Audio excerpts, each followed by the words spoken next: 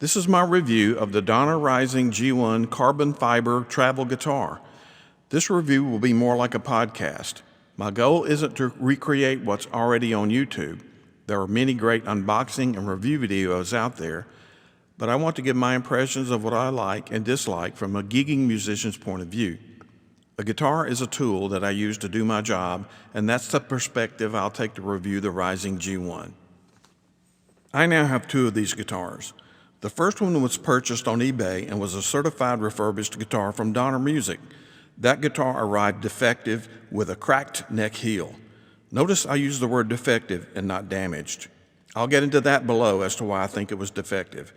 The second was sent to me as a replacement by Donner, and I was told I didn't have to send the defective guitar back. My initial reason for purchasing the Rising G1 was to try out a carbon fiber topped guitar to see if I truly liked what I heard. My only other experience with a carbon fiber guitar was playing a Lava ME Air acoustic travel guitar at Guitar Center, and I'll get into that in a moment. As I said, I'm a gigging musician playing in an acoustic duo. We also do some backing tracks requiring me to play an electric guitar. That electric guitar is one that I designed and built from scratch, so I do know a little about the proper setup of an instrument. My workhorse acoustic guitars are two identical Seagull S6s. They've never failed to deliver gig after gig. The first G1 I ordered was an eBay certified refurbished unit from Donner Music. I typically order refurbished products when I can as they're cheaper.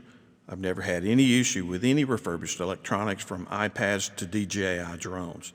But this was my first ever refurbished guitar, and it had a major problem: a cracked neck heel.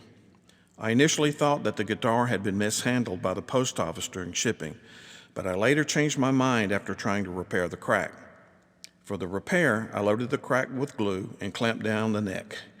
That theoretically should have closed the crack and brought the neck angle down to where it originally should have been after manufacture. But after the glue cured, I found that the neck angle was much too severe, causing fret buzz all over the neck. This led me to believe that the top and bottom of the crack were parallel, meaning the neck heel cracked not from handling, but because the heel wood wasn't dry enough at manufacture. As the heel naturally lost moisture, it shrank back and cracked. Not good. Closing that big gap with glue and clamping caused a severe angle. You can look at the photo of the crack and decide. Normally, I just heat up a glue joint to soften the glue and undo what I did, but I used high-temp JB Weld to repair the crack, which meant I couldn't heat the joint up enough to soften the glue without burning the neck wood. I was stuck with a severe angle. So I raised up the action at the saddle, put number 13 strings on it, and tuned to an open E. Now it's my slide guitar. It's the best sounding acoustic slide I've ever played. I won't be ordering another refurbished acoustic guitar ever, though. I must say that Donner's customer service is excellent, and they had a replacement guitar shipped to me in no time. They stand behind their product. After setting up the guitar for slide, an additional problem surfaced. The base of the bridge started to separate from the body due to the additional string tension. I'll have to reglue and clamp this back into place. Seriously, Donner needs to build this guitar with a mindset that people are going to change string sizes, and some are going to put 13s on it. On to what I think about the G1s. The Rising G1's tone and volume is way beyond what I thought I would hear. My S6s sound great, but not as resonant and balanced as these G1s. These G1s are loud and the bass is fantastic. I'd say the main difference between the tone of the G1 and the S6 is that the G1 is more mellow and the S6 is more bright. As I stated above, I played a Lava ME Air at Guitar Center, and it sounded stiff and overbuilt compared to what I hear out of the Rising G1. I would attribute that to the all-composite construction.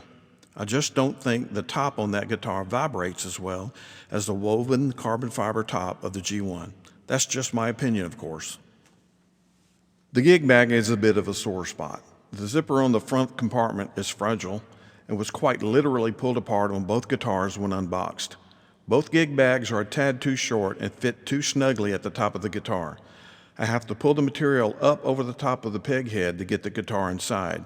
As you can see in the photo, the material consequently is wearing thin. Rounded frets are a nice touch, but don't expect a proper setup out of the box. I'm assuming the strings installed as shipped are 11s, since that's the size of the extra set of strings supplied in the accessory box. Number 11 strings on an acoustic are very light, especially considering the short scale length of the G1. I measured a scale length of 24.8 inches, thereabouts. For comparison, the scale length of a Les Paul is 24.75 inches, Paul Reed Smith typical scale length is 25 inches, and Fender Strats and Tellys are 25.5 inches. The guitar is tuned in standard tuning. Width at the nut is about 1.69 inches, and width at the 12th fret is about 2.06 inches. Fret size is small, but about the same as on my S6s. Standard acoustic guitar frets. Making an adjustment to get the action lower was easy with the two-way truss rod. I used the supplied Allen wrench to remove some of the up bow relief in the neck. I'm thinking about going to 12s, and I'll have to do an additional adjustment after that. Because of the number of gigs I do, I have questions about the HPL fretboard as to whether or not it can be refretted. At this price, if it can't be refretted, you might just consider this a throwaway guitar when the frets get too worn to play. There are no onboard electronics, which led me to order a red dot stick-on pickup from CB Giddy. This pickup may be fine for cigar box guitars, but not for this Rising G1. Consequently, I returned it, and I'm still looking for a proper onboard electronics unit. If you've done this on the G1, please leave a comment.